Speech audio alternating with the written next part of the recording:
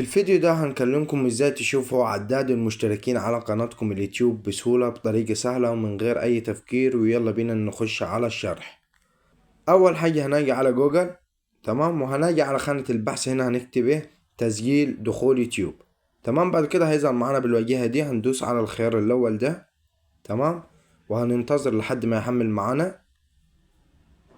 تمام، كده حمل معانا. هنجي على الجنب هنا هتلاحظوا كلمة الحساب، تمام، هندوس عليها.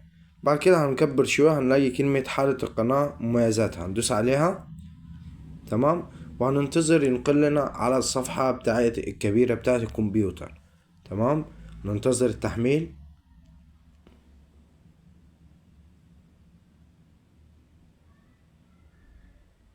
كده حمل معانا. تمام، هندوس على اغلاق لو ظهرت لكم. بعد كده هناجي على الجنب هنا يا جماعة، وهناجي على الاحصائيات اللي هي العلامة دي. تمام، دي الطريقة دي بتاعت التليفون يا جماعة، بتاعت الكمبيوتر طبعا كلكم عارفينها.